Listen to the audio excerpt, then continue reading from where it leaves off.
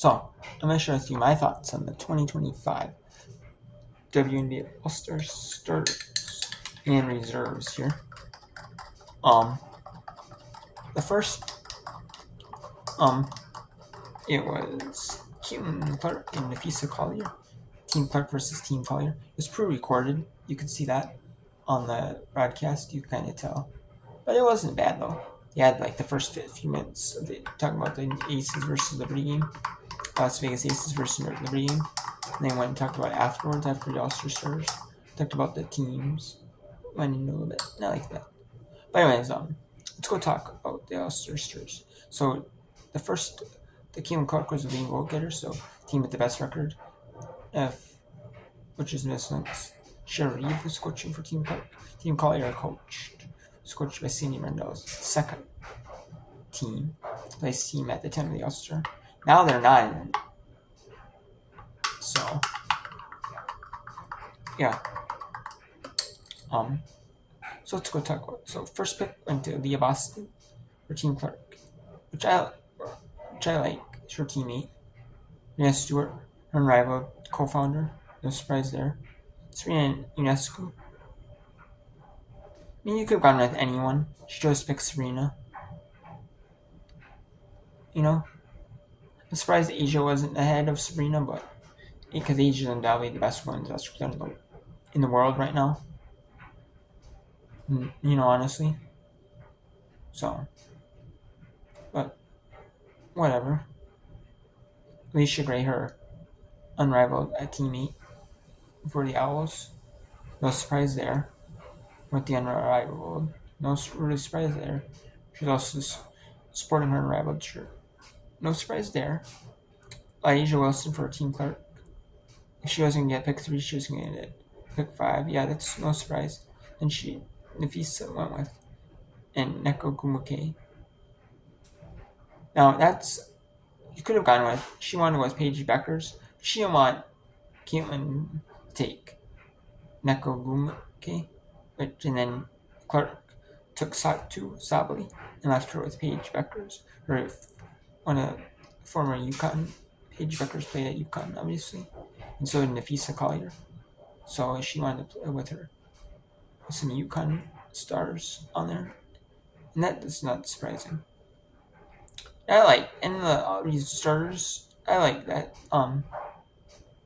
That they have their teammates, their unrivaled teammate, or their unrivaled teammates, rival player. And then with Clark, it's her India favorite teammates because she doesn't play for unrivaled or any other league, overseas league, and then the Collier got the first pick at the set reserves, and she went with her Miss Lynx teammate Cornelius, but she also plays in unrivaled. And then Kelsey Mitchell, her Fever teammate for Clark. No surprise there. And then went with Skylar Diggins, which another unrivaled player, but really, really solid pick up. I really like that, I really do like that, And what a solid player that Skylar is. She's a little under. I don't know. I mean, people respect her, but she doesn't near the top. Which I don't know why. She's lower in the votes. Like Lexi Hall is ahead of her. And some of these weird all-star votes, like the players. When the players in media selected their all-star starters. And reserves and all that stuff. Like Clark, Lexi Hall and that. Because there's no way. I mean, how is Lexi Hall an all-star starter? She's not bad, but she's not an all-star worthy player though. She's a good role player. Fits her role on Fever, but all-star no. Gabby Williams for Team Clark. Solid pick. Gabby Williams is one of those players that was I'm going to play in overseas where they treat you better. They give me more money. But then she found a perfect fit with Seattle, which she played with before, and that, especially with her coach, who's a former WNBA player for Seattle. Perfect fit. I think honestly that's like a perfect fit. Honestly, for someone like Gabby Williams, that wants to be treated right, have good wants to play in like the best league in the world, have good facilities, a team that can pay you decently. If you want like some decent money for WNBA students, because overseas they have no salary caps, so honestly they can pay you more. Overseas leagues don't. They try to do it here so it's more competitiveness. So one team's hogging all the good talent like rich owners, and you can see how it's like Fenerbahce. So then Angel Reese, first team Collier, another unrivaled player, but solid at picking up rebounds. Everyone hates her, like, she missed a lot. But she's very efficient, picks up second chance rebounds. I really like that. Sonia Citron, a young player for Clark. I really like that she's all-star reserve. She really deserves it, honestly. A nice, solid, humble player. Honestly, excellent player. She's kind of like a steal in the draft. She's not like a steal, but she's like some of these players in these drafts. She's better performing Maddie Westbeld, her Notre Dame teammate, outperforming her. Honestly, so they got 3 picks in the draft, 3 that came from the draft. Kiki Finn went to Team Clark. You got Lucy Olson.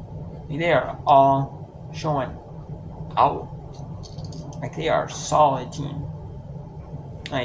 Both, you think, oh, they got young players. Yeah. No. These young players can ball out. And you're seeing it, They're seeing it with these talent. Chase Thompson, these veterans. And it's like, wow, it's just wow, Especially Lucy Olson, she played for Villanova, and then she went to Iowa. When she could be more like a leader without Caitlin Clark on that team. You could see her shining, So great move for her to do that. Kiki out of USC.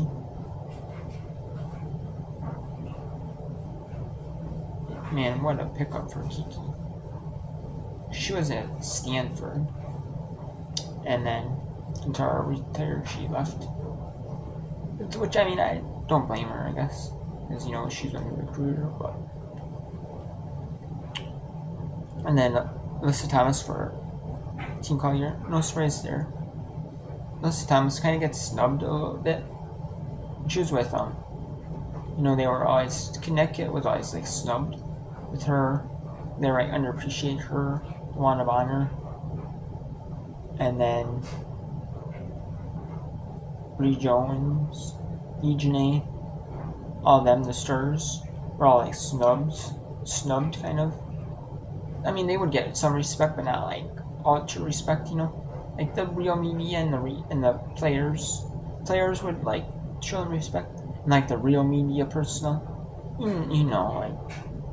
maybe Rebecca Lobo, Ryan Rucco calling names, you'd see the ESPN, WNBA, ESPN that call WNBA games or commentate WNBA games, in the studio for the pregame and halftime shows and all that. You can see them Janae,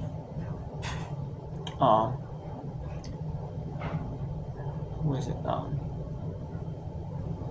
Andrea Carter, Monica McNutt. You got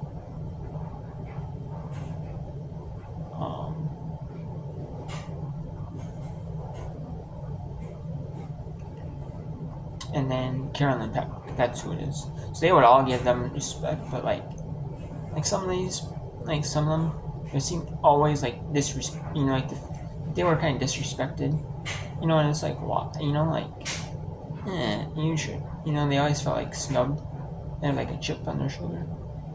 You know, I mean, yeah. You know, so they're always behind like second, third team. You know, I mean, they made it to the finals, but they weren't like, or they may make it. You know, but they lost to Las Vegas in the finals. So they were close, you know. And then you got Caleb Thorne, Jackie Young going to Team Clark. Jackie Young, a solid player, solid pick up. Caleb Thorne, solid pick. She was with Dallas. She wasn't getting respected in Dallas, and she went, you know, I mean, she was good, but Dallas wasn't like doing. There was nothing kind of special. You know, they weren't like doing super well, but she was still playing well. And she went to New York Liberty, a team that had like a solid record, solid championship contender, and actually won the championship. Then got picked by Golden State, and you can see as like one of the main stars for Golden State, showing up, and that was awesome. Golden State for her, the first time All-Star. Ryan Howard, you know, Kelsey Plum deserves to be on All-Star. Like there's some snubs you could see like the 10 players, you know, along with there's 11 players, Clark and Collier, you know, but you know, you see Derek Hamby could be on there, Bree Jones maybe, some other players, you know, snubs. But I like it, you know. Kelsey Plum is like really solid player, you know, and then, you know, she's on an under 500 team. She still deserves to be on there, you know, as a reserve.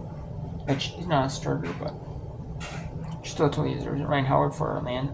Some people pick like winning in the factors considerations, but she deserves it anyways. I'm glad the media and players that voted for her did it right. Ryan Howard. I like Ryan Howard, a solid pick for them.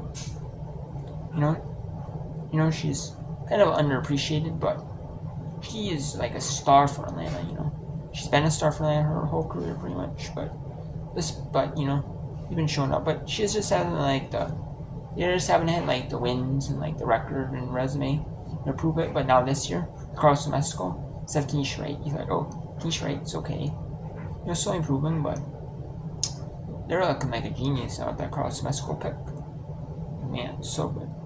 And then they also had, which I like, you know, and they got Brittany Griner from Phoenix when DT retired. You know, she wanted to stay to play at DT, and then she left because Phoenix wasn't going much of anywhere. Now they're starting to go somewhere now. And then now they got for a little while, and then now they got Bree Jones from Connecticut. One of the when they got a whole new roster, pretty much, or a whole new coach. You got Brittany Griner. You got like a bunch of good players like Naz Hillman, Tina Paopao. So you got like really good stars, really good players. You know, they're just, you know, like know how to play their role and play it well. You know, showing out game after game, you know. And they're just on like tough games. They've lost like games by a couple points, but they're a solid, you know, team. If they can start just closing up, finishing up games, not, you know, a few here, a few there, you know. Not all of them, but maybe like instead of going like losing a couple like you know, losing like maybe 3 close games in a row, you know. You know, they might, you know, instead of losing like 3 out of 4 close games, say lose 2 out of 4 or 1 out of 4. That will really turn. But they're still a really solid team in this league, you know. They're like up there in the top, so I like, you know, so we'll see. So yeah, I like that pick. And then the captains switched their coaches. They actually trade. They can do trade. They trade for Napheesa Collier gets Cheryl Reeve, and for Team Collier, and Team Clark gets Sandy Brandello from the New York Liberty. And I mean, you knew that was going to happen. You knew good and well because especially if she was on Team Clark, she would, and they told you how to guard Nafisa Collier. Would she really tell you how to guard Nafisa Collier? The players how to guard Nafisa? And the Lynx teammates, like how to guard Courtney Williams and Nafisa Collier? Absolutely not. So like I think she'd play checkers. She'd be playing chess, so they're playing checkers, trying to guard her. She might say something a little bit, but she's like not gonna give it away, And they're right, So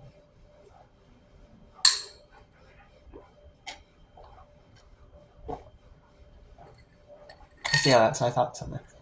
In 2025, WNBA All-Star roster. Saturday, July 19th, 8:30 Eastern on ABC. Anything that might suck is if they might watching the Minnesota Roar play the USLW League.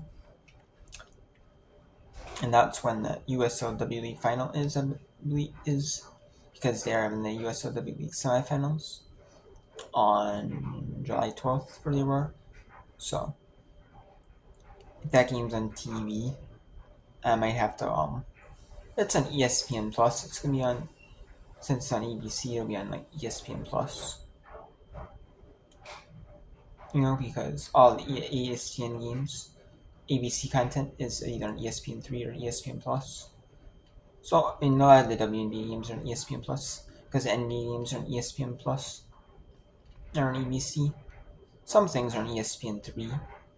Most of it's on ESPN Plus. So now, which I like. So now the ESPN2, ESPNU like content, ESPN News. That's always stuff that's live. Most will be on will stay on that network exclusively, but I like it. So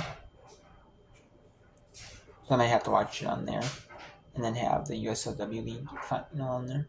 That's on like local TV, or if I can find, or if I can find a way to like live stream on my Roku, like I'll do that. So with the Sports Engine play, if I have to, I'll watch it on there. So and I'll flip it when it's done. So yeah, and USLW League is kind of like, it's like college soccer where they have college stars. Like players that might play overseas in other leagues. They come here, or they're in. A lot of them are college players playing college, and then they play here, trying to earn a spot in professional leagues, move their way up. You know what I mean? So I like it. And then I watch it because we are, and there's no NWSL team here in Minnesota. I'm in Wisconsin, but I get Minnesota sports teams, so I just follow them, except for the Aces or for Lynx. But I always, I'm an Aces fan, so all the ones I watch, I follow for Minnesota, except for the Aces. I like the Aces over Lynx. I don't know why. I just happen to, so I just stick with them. But yeah. So, anyways, whatever.